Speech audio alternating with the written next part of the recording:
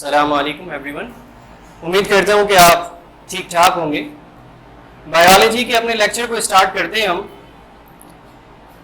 Last class के अंदर हमने आपके एक कोर्स आउटलाइन को डिस्कस किया था। कोर्स आउटलाइन के साथ साथ हमने आपको ये बताया कि आपने कितने चैप्टर सेकेंड ईयर के अंदर पढ़ने हैं, कौन कौन सा चैप्टर पढ़ना है, बॉटनी का कौन सा चैप्टर होता है, जोलॉजी का कौन सा चैप्टर होता है, ये तमाम चीज़ें आपने डिस्कस करनी है। रीजनिंग क्वेश्चंस कहाँ से बनेंगे, नॉन रीजनिंग क्वेश्चंस कहाँ से बनेंगे, 5 लाइन 3 लाइन क्वेश्चंस कहाँ से होंगे, लॉन्ग क्वेश्चन का सेक्शन कौन सा होगा, ये तमाम चीजें हम डिस्कस कर चुके थे। आइए हम चलते हैं अपने चैप्टर को स्टार्ट करते हैं। पहली चीज हमारा जो टॉपिक है वो बायोलॉजी के हवाले से सेकंड ईयर को हमने शुरू करना है। सेकंड ईयर की प्रेजेंटेशन है आपकी पीपीटी की, क्लास आपकी सेकंड ईयर है। होम्योस्टेसिस का लेक्चर नंबर 1 है। ये होम्योस्टेसिस का लेक्चर नंबर 1 है, जिसके अंदर आपने होम्योस्टेसिस और मैकेनिज्म को डिस्कस करना है। उसामा मेरा नाम है, आप जानते हैं मेरे बारे में, और फर्स्ट के अंदर मैं मौजूद हूं जो क्लिनिकल साइकोलॉजिस्ट के बेसिस के ऊपर काम कर रहा हूं। आइए जरा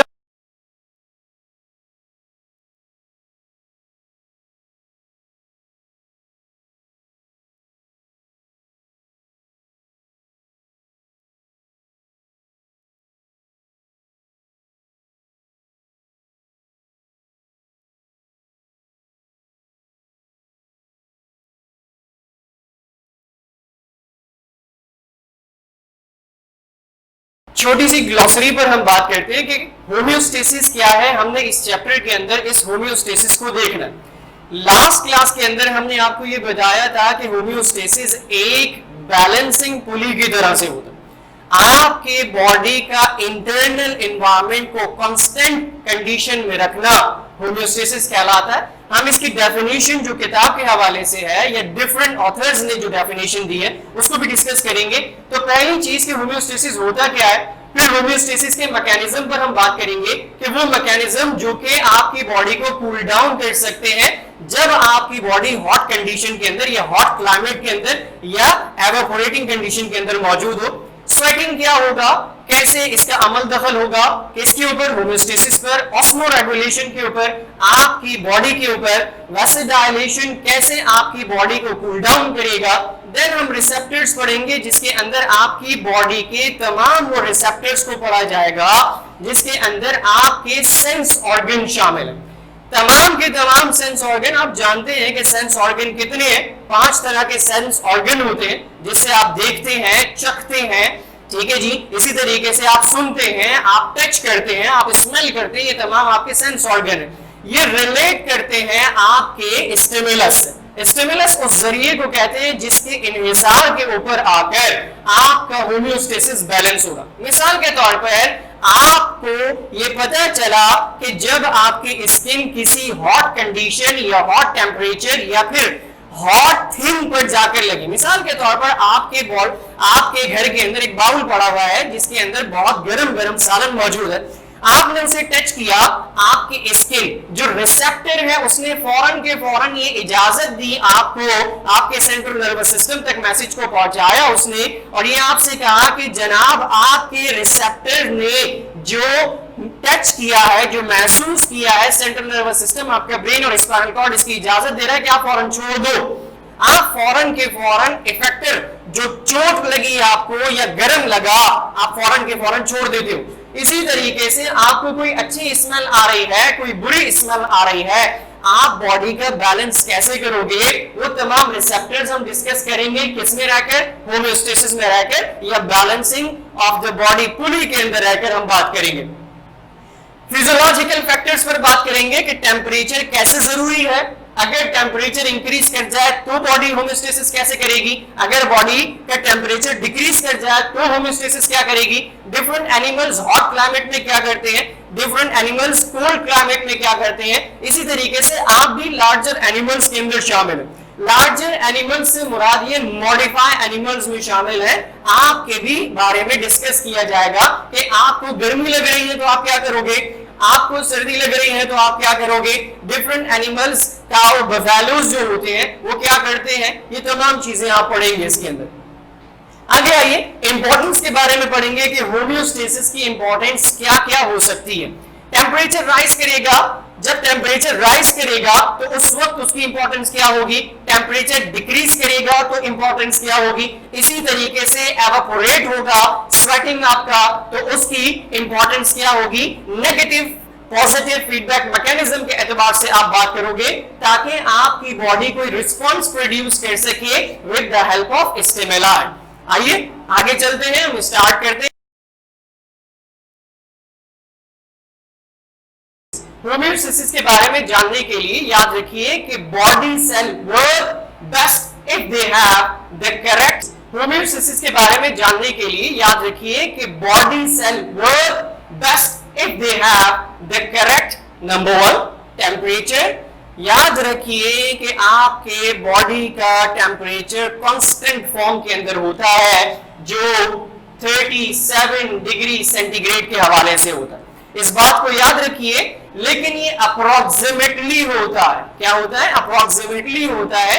ऑलमोस्ट 37 सेल्सियस के एतबार से हम इसे डिनोट करते हैं, लेकिन चूंकि आपकी बॉडी के अंदर ये कांस्टेंट फॉर्म के अंदर मौजूद है, अगर ये इससे इंक्रीज कर जाए तो आपकी बॉडी का बैलेंस खराब होना शुरू होता है।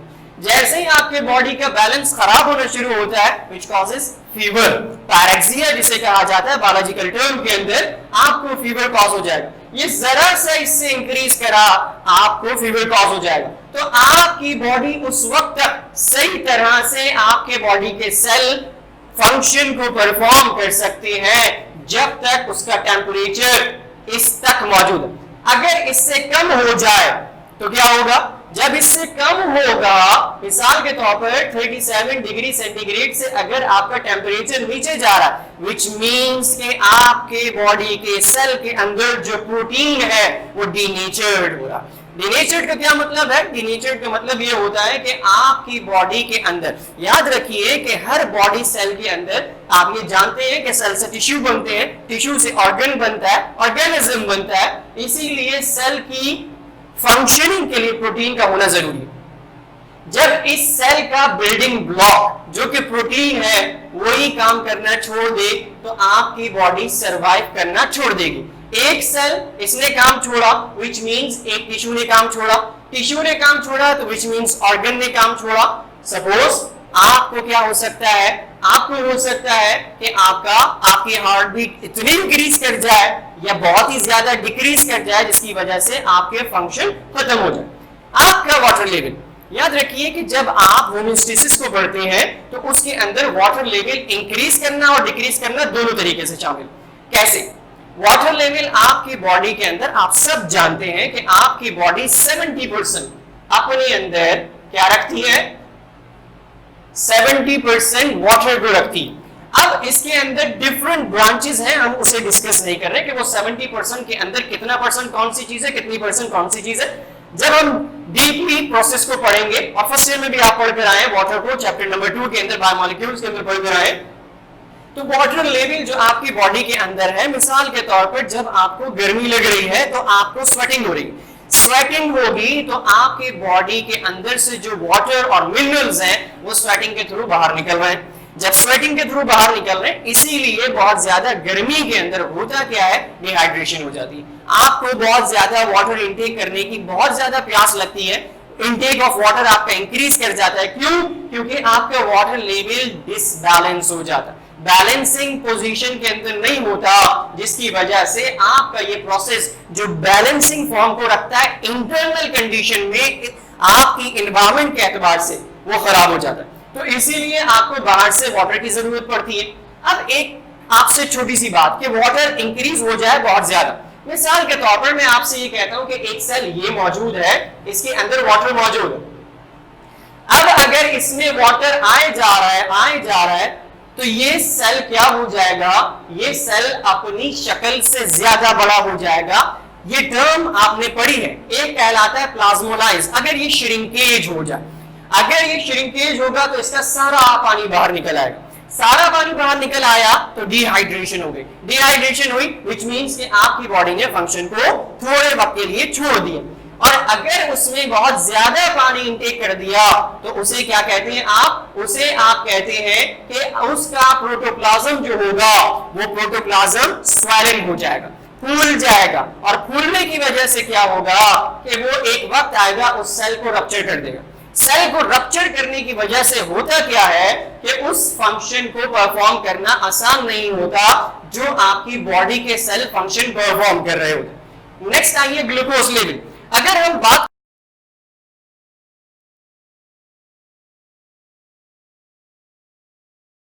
लेवल अगर हम बात करते हैं ग्लूकोज लेवल की, तो आपको पता है कि ग्लूकोज का फॉर्मूला क्या होता है, C6H12O6। ऐसे ही ग्लूकोज का फॉर्मूला क्यों जरूरी और उसके साथ ग्लूकोज की कंसंट्रेशन क्यों जरूरी है। जब हम बात करते हैं ग्लूकोज की कंसंट्रेशन, तो ये जाहिर सी बात है कि इसके अंदर ग्लूकोज के साथ कोई और चीजें भी शामिल मौजूद है, यह शामिल हाल। हम बात करते हैं ग्लूकोज की, आप रिस्पायर करते हो, आपको एनर्जी मिलती है। जो एनर्जी मिलती है वो एटीपी के फॉर्म के अंदर होती है। जो एटीपी होता है, या फिर आप अगर किसी मटेरियल को इनटेक कर रहे हो खाने के लिए, वो खाने के लिए मटेरियल सिंपलेस्ट फॉर्म में कन्वर्ट होगा और वो ग्लूकोज बनेगा, और ग्लूकोज बनेगा तो आपकी बॉडी को एनर्जी मिलेगी। मिसाल के तौर पर आप 3 दिन से ज्यादा अगर खाना नहीं खाते तो आप सरवाइव रह सकते हो, बात समझ में आ गई। लेकिन अगर आप 48 घंटे तक पानी नहीं पीते, आपका सरवाइव करना मुश्किल हो जाता है, इम्पॉसिबल हो जाता है 48 घंटे तक, अगर आपके पास वाटर लेवल आपका डिक्रीज कर गया। लेकिन अगर आप खाना खा रहे हो, और या फिर आप मिसाल के तौर पर हम बात करते हैं हाइबरनेशन की, कुछ ऐसे ऑर्गेनिज्म होते हैं जो हाइबरनेशन के प्रोसेस करते हैं। हाइबरनेशन होता क्या है, हाइबरनेशन या एस्टिवेशन विंटर स्लीप और समर स्लीप को कहते हैं। स्नेक, लेजर्ड, कॉकरोच उसमें शामिल है। कॉकरोच को आप लीजिए, आपने डायसेक्शन भी करनी है कॉकरोच की, तो अभी से कोशिश करिए कि उसको पकड़ने की कोशिश करिए। उसकी टांगों से पकड़िए, उसकी मूंछों से पकड़िए, उसके फ्लैजेला से पकड़िए। हाँ, किसी के ऊपर फेंकिएगा नहीं, क्योंकि अगर आपने किसी के ऊपर फेंक दिया तो वो शायद पूरा का पूरा आपके ऊपर आगे गिर जाएगा। तो कोशिश करें कि उसके फ्लैजेला से उसको पकड़े, और फ्लैजेला से पकड़कर आप उसे एक बॉल के अंदर पानी लीजिए और उसके अंदर डाल दीजिए। डालने के बाद आप उसे फ्रीजर में रख दीजिए।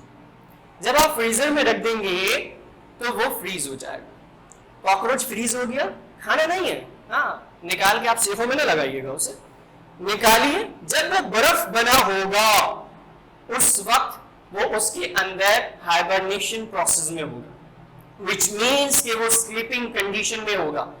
उसका सर्कुलेटरी सिस्टम बंद नहीं होगा, उसका नर्वस सिस्टम बंद नहीं होगा, वो जाकर सो जाएगा, क्योंकि उसकी एक्सटर्नल एनवायरनमेंट उसकी इंटरनल एनवायरनमेंट से सुइटेबल नहीं होगी। वो एक लंबी नींद पर चला जाएगा। बर्फ पिघलेगी, आप देखिए कॉकरोच चलना शुरू हो जाएगा।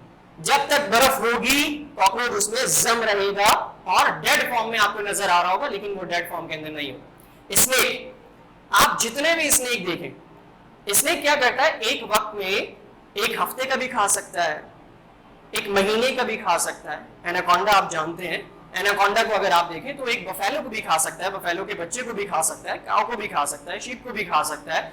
वो इनटेक कर लेता है, फिर उसकी बॉडी इतना वजन गेन कर लेती है कि वो उससे चला नहीं जाता, अपने बिलों में जाकर वो वहां पर बैठ जाते हैं और सो जाते हैं। और जब उन्हें जरूरत पड़ती है तो वो उसमें से थोड़ा सा पार्ट लेकर उसे डाइजेस्ट करते हैं और डाइजेस्ट करके उससे एनर्जी बना लेते हैं। मिसाल के तौर पर मैं एक एग्जांपल दे रहा हूं, हाइबरनेशन में कैमल शामिल नहीं है। आपको पता है कि कैमल के कोहान होता है, पीछे कोहान समझते हैं ना, कोहान यानी ऊपर उसकी एक बॉडी होती है जो प्रोटीन फॉर्म के अंदर होती है। वो अपना पानी सारा वहां इनटेक कर लेता है, इनटेक करता है, और उसके बाद जब वो कहीं जाता है और उसे जरूरत पड़ती है और पानी नहीं होता तो वो उसे वहां से एब्जॉर्ब करता है। इसीलिए जब हम बात करते हैं किसकी, ग्लूकोज की, तो खाना याद रखिए आप सरवाइव कर सकते हो कि अगर आप 1 हफ्ते तक न खाओ, आपकी बॉडी हल्का हल्का हल्का हल्का मेटाबॉलिज्म का प्रोसेस करती रहेगी। याद रखिए कि मेटाबॉलिज्म होता क्या है, everything which is occurring in the living cell. ठीक है जी, आपके लिविंग सेल के अंदर कोई भी चीज हो रही है, चाहे कोई चीज बन रही है, कोई चीज बिगड़ रही है, बनना या टूटना, बनेगा क्या, ग्लूकोज। आपने किसी भी चीज को बाइट किया, अपने आप को मत करिएगा, किसी समोसे को बाइट किया, पिज्जा को बाइट किया, या और किसी चीज को बाइट किया, जब आपने उसे इनटेक किया तो ऑसोफेगस से आप उसे नीचे उतार रहे हैं with the help of bolus. आपने उसे कन्वर्ट किया बोलस के अंदर, जो बोलस किसे कहते हैं, बोलस चैम लाइक स्ट्रक्चर को कहा जाता है। वो एक ऐसा स्ट्रक्चर होता है जिसके अंदर आपका सलाइवा शामिल हो जाता है, आसानी से नीचे उतर जाता है। इसके ऑपोजिट अगर एग्जांपल दूं, आप एक टॉफी लें और टॉफी आप इनटेक करें और आपको फंदा लगे और वो टॉफी आपकी उतर जाए, तो आपको एक अजीब सी फीलिंग आती है, आपका हलक जो है वो बड़ा अजीब सा सिचुएशन के अंदर आपको ले आता है, परेशान हो जाते हैं आप, बाजों का फंस भी जाता है, फंदा लग जाता है, जो फंदा कहलाता है। लेकिन जो बोलस होता है वो बड़ी आसानी से, चाहे आप इतना बड़ा, बहुत सारे ऐसे लोग होते हैं, ऐसे स्टूडेंट्स को देखा है मैंने, जो एक स्टूडेंट अपने लिए समोसा लेकर आया, दूसरा आया, अबे क्या खा रहा, वो पकड़ा उसने और वो पूरा, अक्सर लड़कियां करती हैं ऐसे पूरा का पूरा। इसी तरह से बहुत सारे ऐसे लोग होते हैं जो घर में मेहमान आए तो छुरी कांटा लेके छोटा छोटा इतना इतना सा खाने की कोशिश करते हैं, जैसे ही वो जाते हैं दरवाजा बंद, तो वो इतना बड़ा आपके ब्लड में शामिल नहीं हो सकता, उसे कन्वर्ट होना है किसके अंदर, ग्लूकोज के फॉर्म के अंदर। तो वो कन्वर्जन हो रहा है, मेक कर रहा है ग्लूकोज, मेटाबॉलिज्म हो रहा है। मेटाबॉलिज्म में क्या है, एनाबॉलिज्म और catabolism. Anabolism means buildup, catabolism means break down. अब ब्रेक डाउन किसका हुआ, ब्रेक डाउन हुआ समोसे का, पिज्जा का, या व्हाटएवर जो भी आप खा रहे हो, आप बिरयानी खा रहे हो, आप चरगा खा रहे हो, कुछ भी आप खा रहे हो, फ्रेंच फ्राइज खा रहे हो, वो ब्रेक डाउन हो रहा है, छोटे छोटे पार्टिकल्स में ब्रेक डाउन हो रहा है। बन किस में रहा है, ग्लूकोज के अंदर बन रहा है। उसकी कंसंट्रेशन क्यों जरूरी है, उसकी कंसंट्रेशन क्यों जरूरी है, इसलिए क्योंकि आप उससे क्या कर रहे हो, ऑब्टेन कर रहे हो एनर्जी, जो कि आपके होम्योस्टेसिस को मेंटेन कर रहा है। आइए आगे, एक छोटी सी बात आपके, your body has a mechanism to keep the cell in the constant environment. Constant का क्या मतलब होता है, जिसमें वेरिएबल फॉर्म ना हो, यानी अनचेंजेबल। कांस्टेंट का मतलब है उसमें कोई चेंजिंग नहीं आ सकती। आपने बहुत सारे क्लास 9 से आप पढ़ते आ रहे हैं बायोलॉजी, क्लास 9 के चैप्टर 8 के अंदर आपने जो है इस टर्म को पढ़ा है, कांस्टेंट टेम्परेचर, ठीक है, वेरिएबल टेम्परेचर, ठीक है जी। कांस्टेंट टेम्परेचर, वेरिएबल टेम्परेचर, क्या था ये आपने पढ़ा था, वार्म ब्लडेड, कोल्ड ब्लडेड, ठीक है जी। तो उसके अंदर जब आपने ये टर्म पढ़ी, आप नेक्स्ट आए फर्स्ट ईयर के अंदर आपने चैप्टर 10 के अंदर पढ़ा। चैप्टर 10 के अंदर पढ़ने के बाद अब आपके सामने यहाँ पे आ रहा, तो कांस्टेंट का मतलब क्या है, जिसमें चेंज नहीं हो सकता। अगर चेंज होगा तो आपकी बॉडी को पायरेक्सिया या फीवर कॉज हो जाएगा। बात समझ में आई। नेक्स्ट चलते हैं आगे।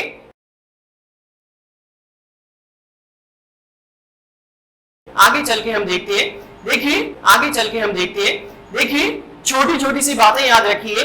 मेंटेन का मतलब है कीप अप, बैलेंस करके रखना। कांस्टेंट का मतलब सेम, कोई चेंज नहीं हो सकता उसके अंदर। इंटरनल का मतलब आपके बॉडी के अंदर, आपकी बॉडी के अंदर से मुराद ये नहीं है कि आपने यहां से स्किन को काटा और आपने चेस्ट बोन को यानी स्टर्नम को काटना शुरू किया, जिसे आप ब्रेस्ट बोन कहते हो।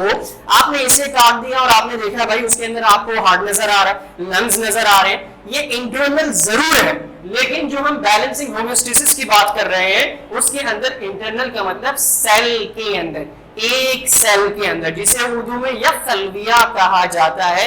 एक सेल पर इन्हिसार, एक सेल के अंदर जो हो रहा है, इनसाइड, ठीक है जी, किस बॉडी के अंदर, सेल की बॉडी के अंदर, ठीक है जी। क्योंकि इंसान या ऑर्गेनिज्म या डिफरेंट ऑर्गेनिज्म, चाहे वो प्लांट्स हो या एनिमल्स हो, वो सेल के मजमूए के साथ मिलकर यानी सेल बॉडी से मिलकर अपनी एक मखसूस बॉडी बनाते हैं। एनवायरमेंट हम इकोलॉजी को कंसीडर करते हैं। इकोलॉजी से मुराद या एनवायरमेंट से मुराद क्या, मेरे इर्द गिर्द, ठीक है जी, आप तमाम के तमाम लोग मेरी एनवायरमेंट। क्लियर होगी बात। ये एनवायरमेंट चाहे हॉट हो चाहे कोल्ड हो, बात समझ में आई, चाहे ये किसी भी कंडीशन में हो, ये मेरी एनवायरमेंट है। ये तमाम की तमाम चीजें याद रखिए, होम्योस्टेसिस के अंदर ये काम आएगी।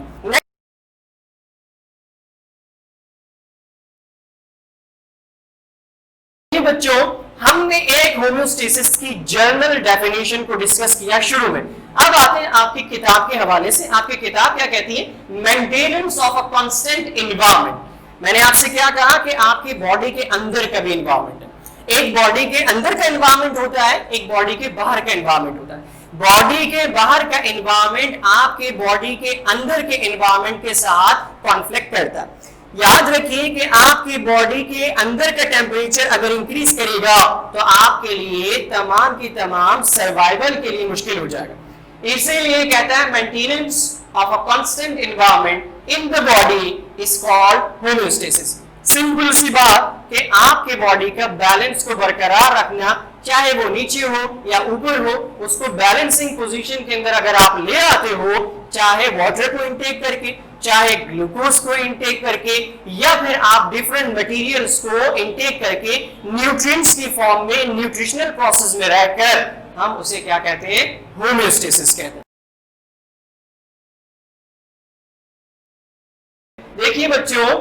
देखिए बच्चों, आपकी बॉडी कंट्रोलिंग बॉडी टेम्परेचर, आपकी बॉडी टेम्परेचर को कंट्रोल कैसे कर सकती है? मैमल्स, आप जानते हैं मैमल्स कौन होते हैं? 3 तरह के डिफरेंट कैरेक्टर्स हैं मैमल्स के, 3 तरह के डिफरेंट ग्लैंड्स होते हैं मैमल्स के पास। आप पढ़ कर आए, ठीक है जी। मैमल्स, याद रखिए, पहली चीज उसके पास क्या होगा? उसके पास हेयरी स्किन होगी। आप भी मैमल हो। क्यों मैमल हो? क्योंकि अगर फीमेल है तो उसके पास मेमरी ग्लैंड होगा, और अगर वो फीमेल नहीं है, मेल है, तो उसके पास हेयरी स्किन मौजूद होगी। याद रखिए कि मेमरी ग्लैंड, मैमल्स वो कहलाते हैं, पहली चीज जिसके पास 3 तरह के ग्लैंड्स हो। 3 तरह के ग्लैंड्स कौन कौन से होंगे? पहला स्वेट ग्लैंड, जिससे आपका पसीना प्रोड्यूस होता है, ठीक है जी। बहुत सारे लोगों को बहुत ज्यादा पसीना आता है, तो उनके स्वेट ग्लैंड बहुत एक्टिव होते हैं। इस वक्त मुझे आ रहा है और सामने वालों को तो नजर नहीं आ रहा, शायद अंदर से पता नहीं मेरा क्या हाल हो रहा है। खैर, आगे चलिए। दूसरा होता है सेबेशियस ग्लैंड। सेबेशियस ग्लैंड किसे कहते हैं? Oily gland. बहुत सारे ऐसे लोग होते हैं जिनकी स्किन ऑयली होती है। आप में से है किसी की ऑयली स्किन? तो ऑयली स्किन क्या होती है? जिनके पिंपल्स बहुत ज्यादा हो जाएं, उनको पिंपल्स हो जाते हैं, ये कैरेक्टर है उनका। और इसी तरीके से उनको जब पसीना आता है तो उनके पसीने के अंदर भी जो है वो ऑयल फॉर्म उनको नजर आ रहा होता है कि ऑयल सा चिप सा हो रहा है। तीसरी चीज, उनके पास मेमरी ग्लैंड होता है। क्या होता है? Mammary gland. मेमरी ग्लैंड, याद रखिए, मेमरी ग्लैंड से वो नरिशमेंट प्रोवाइड करता है अपने यंग वन को या बेबी को। तो all mammals maintain a constant body temperature, अपने बॉडी के टेम्परेचर को कांस्टेंट रखता है, मेंटेन करता है। ह्यूमन बीइंग्स मैमल्स के अंदर शामिल है, have a body temperature of about approximately 37 Celsius. For example, अगर हम आपसे कहें कि आपकी बॉडी हॉट कंडीशन के अंदर मौजूद है, तो आपका इंटरनल टेम्परेचर, इंटरनल एनवायरमेंट आपकी क्या होगी? 37 सेल्सियस। और अगर आप कूल कंडीशन, मिसाल के तौर पर आप चले गए कहां? नॉर्वे चले गए, ठीक है जी। चले भाई, चलते हैं नॉर्वे, चलते हैं स्पेन, चलते हैं हम नॉर्वे चलते हैं, ठीक है। बहुत ज्यादा बर्फ होती है नॉर्वे के अंदर, 6 महीने दिन 6 महीने रात होती है। अब पाकिस्तान के पास अगर ये 6 महीने के दिन 6 महीने की रात होती है, पाकिस्तान तो कुछ करता ही नहीं। उनके पास एक ही चीज है, सिर्फ वेल। उसका गोश्त बेचते हैं, उसके गोश्त से ऑयल बनाते हैं, और उनकी इकोनॉमी दुनिया के अंदर सबसे बेहतरीन इकोनॉमी के अंदर शामिल। 6 महीने दिन 6 महीने रात। आपके साथ अगर ऐसा कुछ हो जाए, 6 महीने दिन और 6 महीने रात, आपका तो पता नहीं क्या हाल हो जाए। आप तो कहें बस काम ही भूल गए। तो एक्टिव हुई है, ऐसा नहीं है कि इस लॉकडाउन ने आपको डीएक्टिवेट कर दिया हो, आपका होमियोस्टेसिस बिल्कुल खत्म हो गया। तो थोड़ा सा एक्टिव हुई है, आइए आगे बढ़िए, डॉक्टर बनना है। ऐसे नहीं बनता कोई डॉक्टर। एक पोस्ट देख रहा था मैं, अब ऑनलाइन अगर आप पढ़ रहे हैं तो ऑनलाइन इंजीनियर भी बन रहे होंगे, डॉक्टर भी बन रहे होंगे, तो फिर इलाज कैसे करोगे भाई? ऑनलाइन करोगे। इंजेक्शन लगाना है, कैसे लगाओगे? ऑनलाइन लगाओगे। बोलो हाँ भाई, अपनी आस्तीन ऊपर करो, कहेगा अच्छा जी, पठान आ जाएगा, फिर गड़बड़ हो जाएगी। चलिए आगे है, आपसे हमने कहा कि नॉर्वे चलते हैं। नॉर्वे में सर्दी, ठीक है। अब वो सर्दी आपके एक्सटर्नल एनवायरमेंट पर मौजूद है, लेकिन आपका इंटरनल एनवायरनमेंट उस वक्त भी 37 होगा, वहीं पर रुका रहेगा। लेकिन अगर वो इंटरनल एनवायरनमेंट आपका इससे चेंज हो गया तो क्या होगा? आपको थर्मामीटर की जरूरत पड़ेगी, आपको डॉक्टर की जरूरत पड़ेगी, आपको मेडिसिन की जरूरत पड़ेगी, विच मीन्स आपको फीवर हो जाएगा। समझ में आई बात? आइए आगे चलते हैं। नेक्स्ट,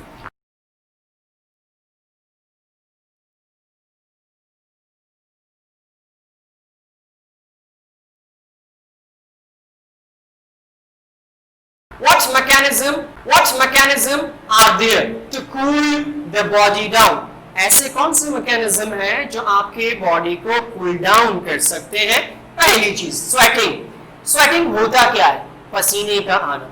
स्वेट ग्लैंड से, देखिए हर ग्लैंड आपके pituitary gland which means master gland से कनेक्टेड है। मास्टर ग्लैंड ने कहा पहले आपको गर्मी लगी, उसने मैसेज पहुंचाया आपके किसको? पिट्यूटरी ग्लैंड को, विच मींस आपके सेंट्रल नर्वस सिस्टम को मैसेज पहुंचाया। सेंट्रल नर्वस सिस्टम पर आया। सेंट्रल नर्वस सिस्टम के अंदर आपका ब्रेन और स्पाइनल कॉर्ड दोनों शामिल है। देखिए अगर आप अपनी स्पाइनल कॉर्ड से पैरालाइज हो जाते हैं तो आपकी पूरी बॉडी पैरालाइज हो जाएगी। बहुत सारे ऐसे आपने देखे होंगे कि जिनका एक्सीडेंट होता है, उनकी ब्रेन जो आपकी मिड रिब होती है, स्पाइनल कॉर्ड होती है, उसमें अगर खला आ जाए, गैप आ जाए, चोट लग जाए, डिस्टर्ब हो जाए वो, तो उस वजह से क्या होता है कि उनको कनेक्शन सही नहीं मिल रहे होते, उनके मैसेजेस सही नहीं पहुंच रहे होते। तो याद रखिए कि आपका सेंट्रल नर्वस सिस्टम आपके स्पाइनल कॉर्ड से कनेक्टेड है। स्पाइनल कॉर्ड के अंदर एक गूदा होता है, ठीक है जी, जिसे आप स्पाइनल नर्व कहते हैं। वो स्पाइनल नर्व आपके व्हाइट ब्लड सेल्स को बनाता है। वो व्हाइट ब्लड सेल आपके WBCs के साथ RBCs को कनेक्ट करके बनाते हैं और आपकी बॉडी के अंदर डिफरेंट मैसेजेस पहुंचाए जाते हैं। मैसेजेस दो तरीके से पहुंचेंगे, एक नर्व सेल से, नर्व सेल, और दूसरा आपके ब्लड सेल से। ये दोनों से मैसेजेस पहुंचेगा। तो पहली चीज स्वेटिंग, मैसेज पहुंचा सेंट्रल नर्वस सिस्टम पर, उसने कहा गर्मी लग रही है। उसने उस ग्लैंड को कहा जो स्वेट प्रोड्यूसिंग ग्लैंड है, उसे कहा कि भाई बॉडी एक्सटर्नली चेंज हो रही है, एक्सटर्नल एनवायरनमेंट कुछ है तो इंटरनल एनवायरनमेंट उसका जो है वो बैलेंस नहीं हो पा रहा। उसने फौरन के फौरन बैलेंस करने के लिए स्वेट प्रोड्यूस करना शुरू कर दिया। स्वेट एवापोरेट हुआ। जैसे स्वेट एवापोरेट हुआ तो प्रेसिपिटेट होने के बाद आपकी उस स्किन में क्या हो रहा है? अब उस स्किन के अंदर जैसे ही आपको एयर टच होती है तो वो एयर आपकी बॉडी के बाहर के टेम्परेचर को इंटरनल टेम्परेचर से बैलेंस करने की कोशिश करती है ताकि आप सरवाइव कर सके। आइए जरा हम देखते हैं इसको। When your body is hot, ठीक है जी, आपकी बॉडी जब गर्म हो टेम्परेचर के एतबार से, नथिंग एल्स, ऐसा नहीं है कुछ और समझना शुरू हो जाए। Sweat gland are stimulated. Stimulate का मतलब क्या होता है? स्टिमुलेट का मतलब होता है चलाना। Stimulated to release sweat. आपकी बॉडी हॉट हुई, गर्म हुई, उसने क्या किया? जरिया बना स्वेट को रिलीज करने का।